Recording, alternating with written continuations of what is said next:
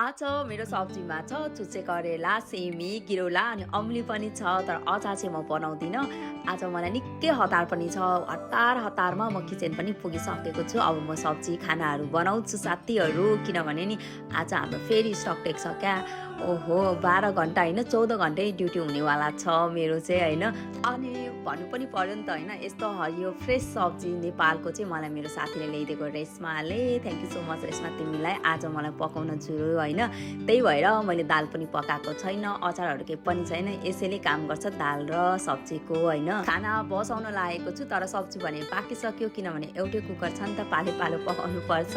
यता चाहिँ होइन यहाँ जुस बन्दैछ। यहाँ चाहिँ एकजना अरबी बस्छ क्या हामीसँगै, अनि यो चाहिँ एकदमै हेल्पफुल पनि छ। रोजा सुरु भएको छ नि, मलाई अलिकति जुस चाहिँ दिँदैछ क्या। खानुभन्दा अगाडि कफी रेडी गरिसकेँ, अनि यता चाहिँ म खाना पनि रेडी गरिसकेँ होइन। यो चाहिँ लिएर जानुपर्ने छ ड्युटीमा, अनि बाँकी रहेको चाहिँ फ्रिजमा राखिदिएको छु। अहिले चाहिँ म रेडी भइसक्यो भनेर भिडियो क्लिक गर्न पाइनँ, किनभने एकदमै हतारमा छु होइन। आज स्टक टेकले गर्दा खानासाना प्याक गरेँ, निस्कि पनि हालेँ। अहिले चाहिँ ठ्याक्कै बेलुकाको 5 बजेको छ होइन। स्टक टेक त 11 बजे पछि हुने, तर अलिकति छिटो नै गएको होइन।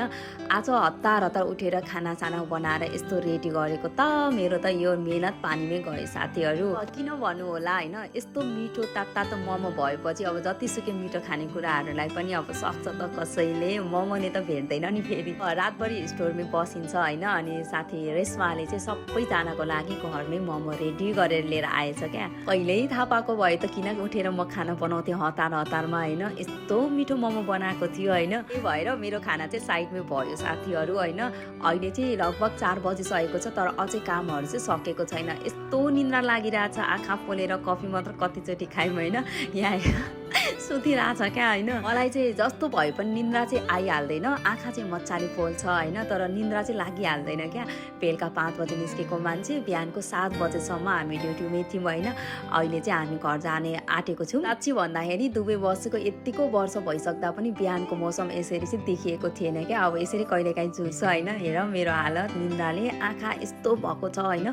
कति बेला रुममा पुग्छु र सुत्छु जस्तै भएको छ क्या। अब म यहाँबाट चाहिँ एउटा कफी लिन्छु होइन, एउटा बिस्कुट लिन्छु भोलिको लागि भने चाहिँ साँच्चै त आजकै लागि त भोलि त भइसक्यो होइन। नसुतेपछि त्यस्तो लाग्ने रहेछ क्या।